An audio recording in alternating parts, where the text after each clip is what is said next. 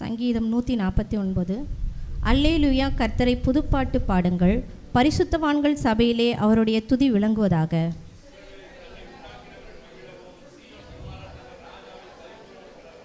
அவருடைய நாமத்தை நடனத்தோடு துதித்து தம்புரவினாலும் கின்னாரத்தினாலும் அவரை கீர்த்தனம் பண்ண கடவும்.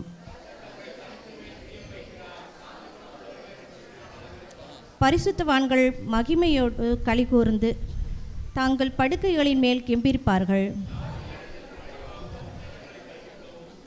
அவர்களுடைய ராஜாக்களை சங்கிலிகளினாலும் அவர்களுடைய மேன்மக்களை இரும்பு விலங்குகளினாலும் கட்டவும், எழுதப்பட்ட நியாய தீர்ப்பை அவர்களின் பேர் செலுத்தவும்,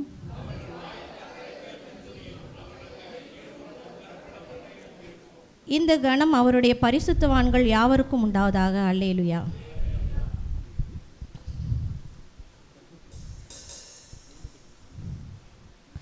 எடுத்துங்க வாசிங்க. அதில் 5வது வசனத்தையும் 8வது வசனத்தையும் மட்டும் வாசி.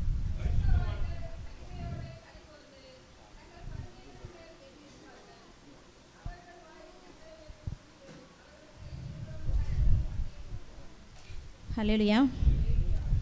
இந்த சங்கீதம் வெறுமனையாக ஒரு அமைதியான சங்கீதம் இல்லை, இது ஒரு விஜய கீதம், அதாவது வெற்றியின் கீதம் அப்படின்னு சொல்லப்படுறது. இந்த சங்கீதம் என்ன சொல்லுது அப்படின்னா, பரிசுத்தவான்கள் எப்படிப்பட்டவர்களாக இருக்கிறாங்க அப்படிங்கிறத சொல்லுது. இதில் ஒரு கேள்வியோடு நான் இந்த இதை ஆரம்பிக்கிறேன். என்னென்னா, நம்மளுடைய வாழ்க்கையில் பல போராட்டங்களை நம்ம சந்திக்கும் போது நம்மளுடைய வாய் என்ன பேசுது அப்படிங்கிற ஒரு கேள்வியோடு நான் ஆரம்பிக்கிறேன்.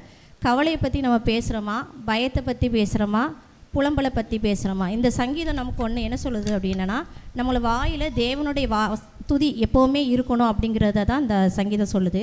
இதில் 2 விதமான ஆயுதங்களை சொல்லியிருக்காங்க. என்னென்னா, வாயில் தேவனுடைய துதி இருக்கணும் அப்படின்னு சொல்லியிருக்கிறது. 2 நாளாகமம் 20-20லேருந்து 23, அதாவது தெரிந்த ஒரு வரலாற்று சம்பவம் தான். இதில் ஒரு யோசபாத்துன்னு சொல்லிட்டு ஒரு ராஜா இருக்கார்.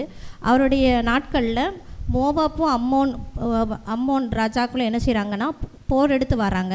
அப்போது பெரிய ஒரு படையோடு வரும்பொழுது ஜனங்கள் எல்லாம் ரொம்ப பயந்து போயிருக்காங்க. அப்போது தேவன் என்ன செய்கிறாரு அப்படின்னா, ஒரு தீர்க்கதரிசி மூலமாக ஒரு வசனத்தை சொல்கிறாரு. என்னென்னா, இந்த யுத்தம் உங்களுடையதல்ல என்னுடையது அப்படின்னு சொல்லி ஒரு வாக்கு கொடுக்குறாரு. இதை அந்த யோசபாத்து அதை கேட்டுட்டு என்ன செய்கிறான் அப்படின்னா, அவங்க யுத்தம் பண்ண போகிற அந்த மக்கள், அதாவது போர் வீரர்களுக்கு முன்பாக லேவியர்கள்லாம் என்ன செய்கிறாங்க, துதிக்க ஆரம்பிக்கிறாங்க.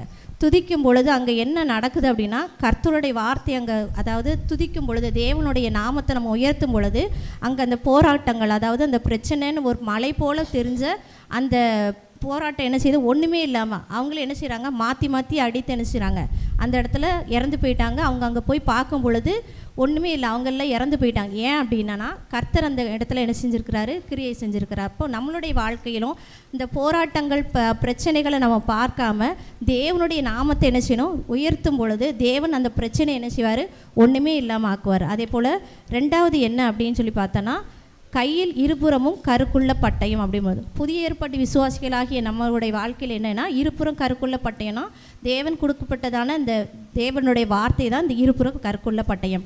எபிரேயர் 4:12 சொல்லுது, தேவனுடைய வார்த்தையானது ஜீவனும் வல்லமை உள்ளதாயும் இருபுறமும் கருக்குள்ள எந்த பட்டயத்தினாலும் கருக்கானதாயும் ஆத்மாவையும் ஆவியும் கணுக்களையும் ஊனையும் பிரிக்கத்தக்க உருவ குத்துகிறதாயும் இருதயத்தின் நினைவுகளையும் யோசனைகளையும் வகையறுக்கிறதாகவும் இருக்கிறது அப்படின்னு சொல்லி போட்டிருக்கு. அப்போ தேவனுடைய வார்த்தையில் ஜீவன் இருக்குது, வல்லமை இருக்குது. அப்போ தேவனுடைய வார்த்தையை நம்ம ஒவ்வொரு பிரச்சனைகளும் போராட்டங்களையும் நம்ம சந்திக்கும் பொழுது அதில் என்ன இருக்குது, ஜீவன் இருக்குது. நம்ம அந்த வார்த்தைகளை நம்ம தியானிக்கும் பொழுது, தேவனுடைய வார்த்தையின்படி நம்ம நடக்கும் பொழுது அவர் என்ன செய்கிறாரு, அந்த இடத்துல கிரியை செய்ய வல்லவராக இருக்கிறாரு.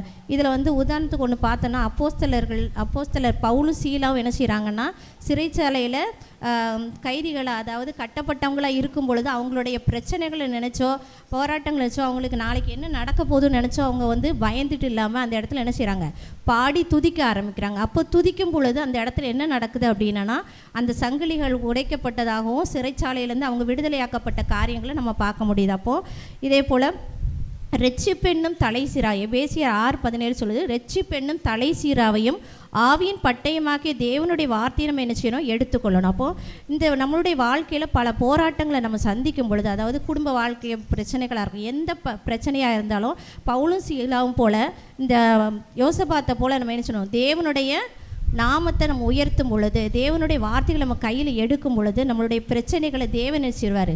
தீர்வை அவர் கொண்டு வருவார்.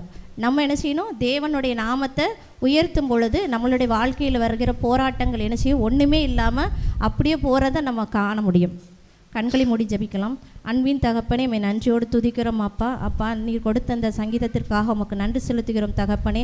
அப்பா, எங்களுடைய வாழ்க்கையில் இந்த 2 ஆயுதங்கள் ஆண்டவரே சப்பா நாங்கள் எப்பொழுதும் மறக்காதவர்களாய் அப்பா உம்முடைய துதியை ஆண்டவரே சப்பா எப்பொழுதும் சொல்கிற நான் உடையவர்களாய் இருக்க எங்களுக்கு கிருபை பாராட்டுங்க தகப்பனே. அதுபோல் உம்முடைய வார்த்தைகளை அப்பா தேவன் அந்த வார்த்தைகள் வல்லமுறையும் ஜீவனுள்ளது என்று சொல்லி வாசிக்கணும் தகப்பனே. அப்படியாக அப்பா இந்த வார்த்தைகளை ஒவ்வொரு நாளும் நாங்கள் உட்கொள்கிறவர்களாய் மாற கிருபை பாராட்டுங்க. எல்லா துதிகான மகிமையெல்லாம் ஒருவருக்கே செலுத்துகிறோம். இயேசு கிறிஸ்து மூலம் ஜெபிக்கிற எங்கள் ஜீவனுள்ள நல்ல பிதாவே, ஆமென்.